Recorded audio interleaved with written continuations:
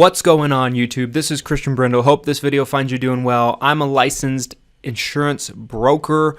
I specialize in Medicare health plans, and I own an organization called Christian Brindle Insurance Services where we work with people on Medicare in multiple different states and around the country. We contract with all of the various different insurance companies, all the major companies anyway, that do business, whether on the Medicare supplement side, Medicare Part D prescription drug side, and also on the Medicare Advantage side, as well as other products. And today I wanted to talk about five avenues that you could potentially go down in order to, that you could potentially explore, I should say, in order to possibly save you money on prescription costs. It's no secret that Medicare has a lot of strengths. Medicare plans have a lot of strengths that come with them, but there's also a lot of weaknesses identified with Medicare plans. And mainly what we have as far as a weakness in a lot of Medicare plans is the prescription coverage. Programs such as the coverage gap, the tier system can sometimes also Part D prescription drug deductibles can make it very difficult for people to end up getting their prescription coverage on their own just with the insurance. It's probably the weakest part of Medicare coverage if I had to pick one out specifically. So today I'm going to talk with you about five things that we've recommended to our own clients here at Christian Brindle Insurance Services on how they can potentially lower those costs of the prescription costs.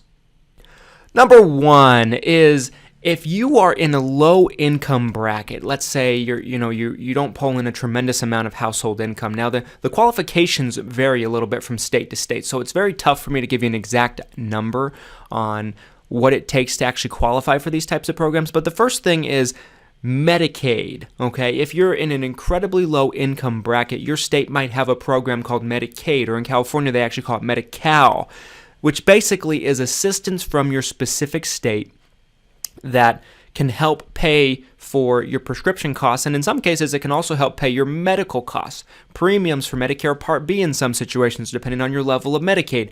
But this is going to help you the most with your prescription costs of anything on this list. If you qualify, that's the key.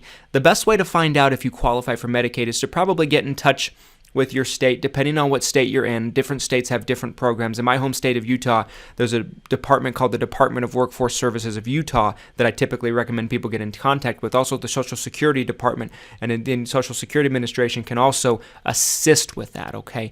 Now, if you don't quite qualify for your state's Medicaid, there is a program called Extra Help. It's also known as low-income subsidy that basically helps with prescription costs, as well as, in some cases, it can help with premiums on your drug plans, your Medicare Advantage plans, those kind of things as well. There's different levels to Medicaid and there's different levels to Extra Help, but these two things, if you qualify, are going to help more than anything else we're going to find on this list. Number two is patient assistance programs. Now, what are patient assistance programs? Patient assistance programs, simply put, are programs put out by the drug companies, by the manufacturers. Sometimes they're third parties.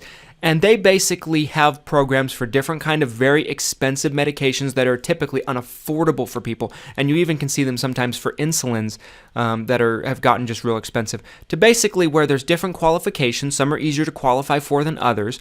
But a lot of times what you'll see is once you've spent a certain amount on that prescription in a calendar year, then they can start giving you the prescription for free through this patient assistance program.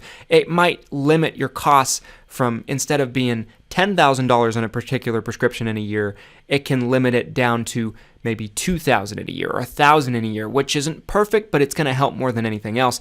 Down in the description of this video, I'm going to put a link to a very good article that WebMD put out last year about some of the top prescription patient assistance programs that exist out there, and that can kind of get you started on kind of what options you might have. You always want to be careful with patient assistance programs because some of them are not legit, some of them are scams, sometimes they're just trying to get your information. I've seen all kinds of things in my time in the industry, but if you find a good patient assistance program, it can make a world of difference in your particular situation. Number three is mail order. Let me explain what I mean by this.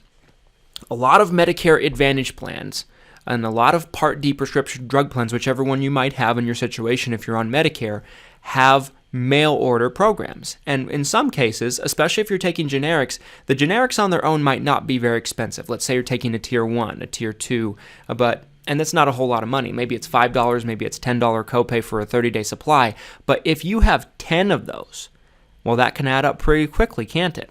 there are some programs that give you a tremendous discount by using their mail order pharmacy and sending them to you in the mail at a 90-day or maybe even a 100-day supply in some situations. Sometimes, some of these companies can even offer you tiers 1 and 2 on their formulary prescriptions for no charge whatsoever if you just use their mail order pharmacy. Now, this usually isn't going to save you a whole lot of money on the brand name prescriptions, the tier 3 drugs, the tier 4 drugs. But if you take a lot of tier 1s and 2s and it's just hitting you pretty hard, you're having trouble affording it, checking into your particular insurance company's mail order pharmacy program is a good option for you to go down. Number 4. Now, this one is really based on, the kindness of your particular doctor, your particular physician that you go see. But I've seen over the years that sometimes people that take very expensive medications, some instances, their doctor is able to give them samples. Their doctor's office has samples on hand. They get so many samples, and they're able to help out a particular patient of theirs and give them samples, sometimes for years, free samples. It's always a no if you don't have the courage to ask. And if you have a prescription that you're just having trouble affording, and you've gone down these routes that we've talked about so far in this video, and you just can't seem to find an alternative that's going to work for you, you can always call your particular primary care physician's office and just see if they might have any samples they can offer you. Even if they can give them to you for 6 months or maybe in a couple months, it's going to help you out in the long term because those months you don't have to pay for it. Number 5, and I know it might seem a little roll your eyes at this last one. It might seem a little cliche. It might, you might think, oh, I tried that, it doesn't work. But that is coupon services such as GoodRx. Now, what GoodRx is it's a free online coupon service that basically anybody can use. Most major pharmacies around the country accept GoodRx coupons. Now, GoodRx and other coupon services cannot be used with insurance. You can't bill both of them at the same time. It's used as an alternative to insurance, meaning that you have to pick one or the other.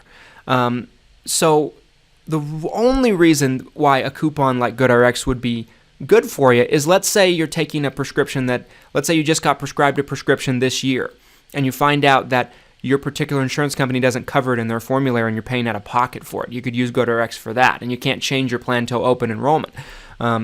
You could use GoodRx for something like that. And I always encourage people, if you're taking rather expensive prescriptions and you're just not satisfied with the copay that your plan is leaving behind, go on GoodRx's website. I'll leave a link down to that in the description as well. And just look up your particular prescription, pick a particular pharmacy in your area, put in your zip code, and there are some situations, this doesn't happen with all the medications, but there are some situations that sometimes the GoodRx discount they give you, the coupon, saves you more money than it would be running it through the insurance. And every now and then I do see that, and it ends up saving people more than you might believe. Thanks so much for watching, everybody. I hope you got something out of this video. I hope this helps you lower your prescription costs. Those are just 5 ways that we've been able to kind of advise our clients and our own customers over the years to lower their prescription costs, save them a lot of money in a given year, people that are struggling. If you enjoyed this video, do me a favor, please drop a like on it and drop down in the comment section also what you found helpful and what you'd like to see in future videos for people on Medicare that you just are having trouble with, you're confused on, and we might be able to make a video to kind of walk you through it from our experience. Thanks so much for watching. Subscribe to the channel for more content for people on Medicare just like you, and we'll talk to you soon. Take care.